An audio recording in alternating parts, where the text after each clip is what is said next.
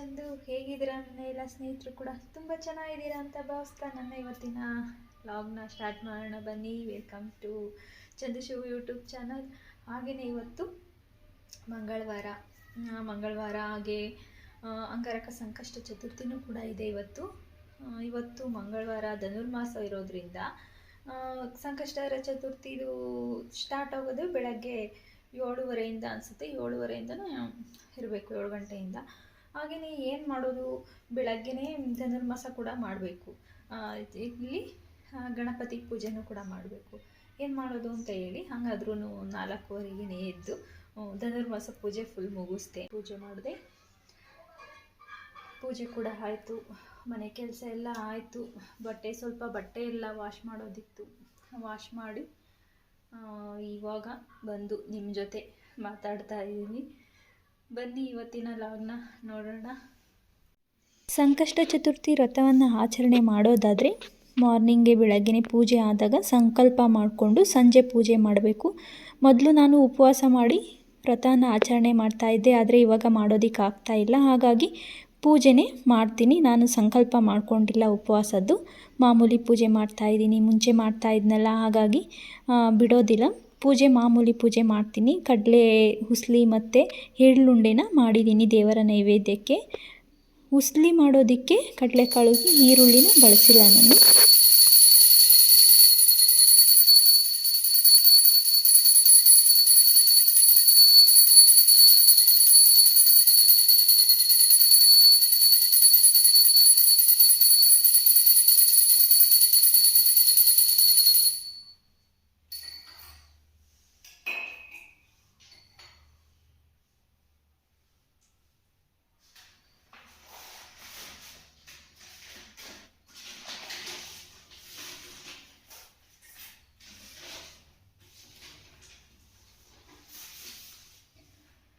ಒಂದಾನೊಂದು ದಿನ ಋಷಿಗಳೆಲ್ಲರೂ ಸ್ಕಂದರ ಬಳಿಗೆ ಹೋಗಿ, ಮುನಿವರ್ಯರೇ, ಜನಗಳ ರೋಗ ಶೋಕ ಸಂಕಟಗಳನ್ನು ದೂರ ಮಾಡತಕ್ಕಂತಹ ಒಂದು ಉತ್ತಮೋತ್ತಮವಾದ ವ್ರತವನ್ನು ತಿಳಿಸಬೇಕೆಂದು ಪ್ರಾರ್ಥಿಸಿದರು.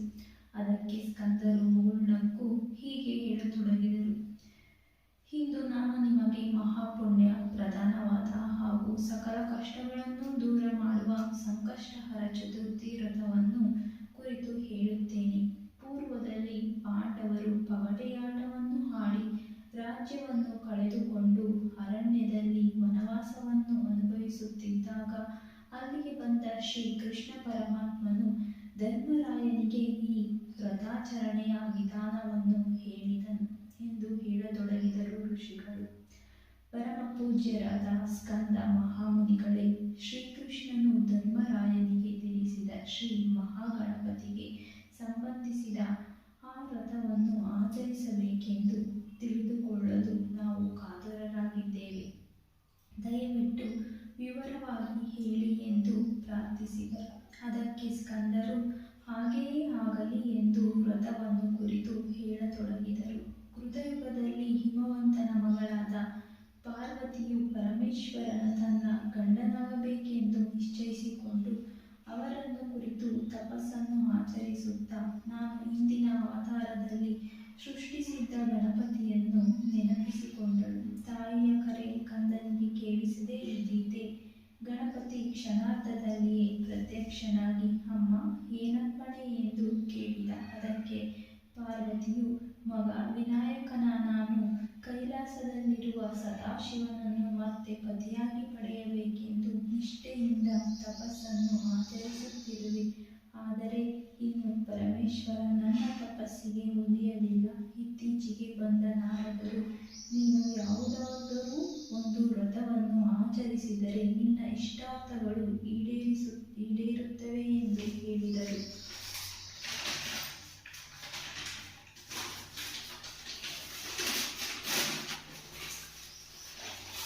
ಆದರೆ ಅದು ಯಾವ ವ್ರತವೆಂದು ಅವರು ಹೇಳಲಿಲ್ಲ.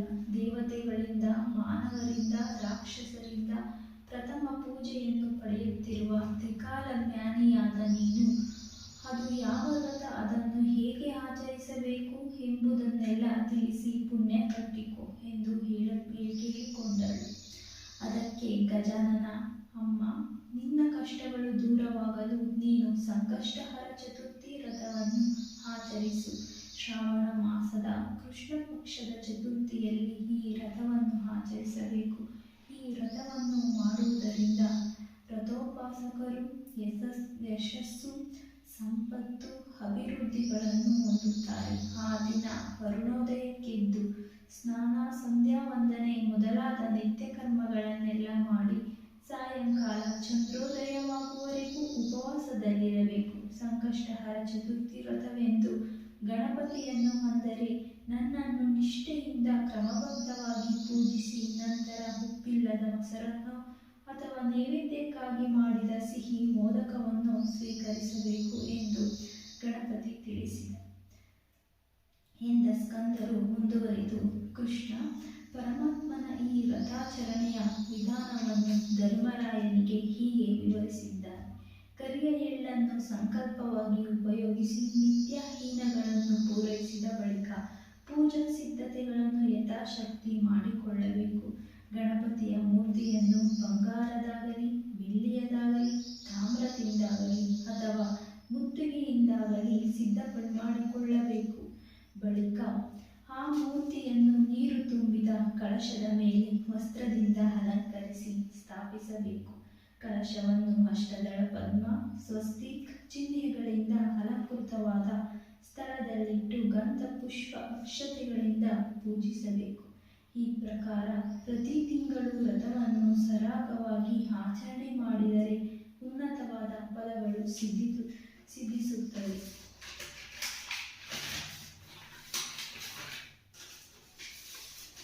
ಸಂಕಷ್ಟಹರ ಚತುರ್ಥಿ ವ್ರತವನ್ನು ಅಜೀವವಾಗಿ ಆಚರಿಸಬೇಕು. ಸಾಧ್ಯವಿಲ್ಲದಿದ್ದರೆ 21 ವರ್ಷ ಅಥವಾ 1 ವರ್ಷವಾಗಲಿ ಮಾಡತಕ್ಕದ್ದು.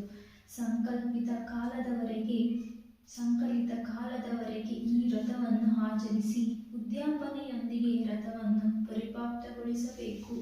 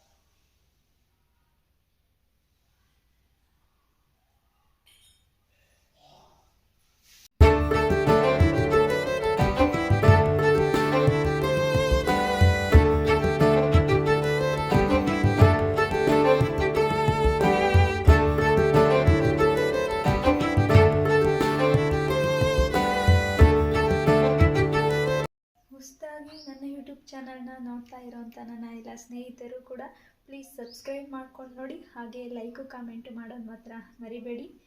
Thank you.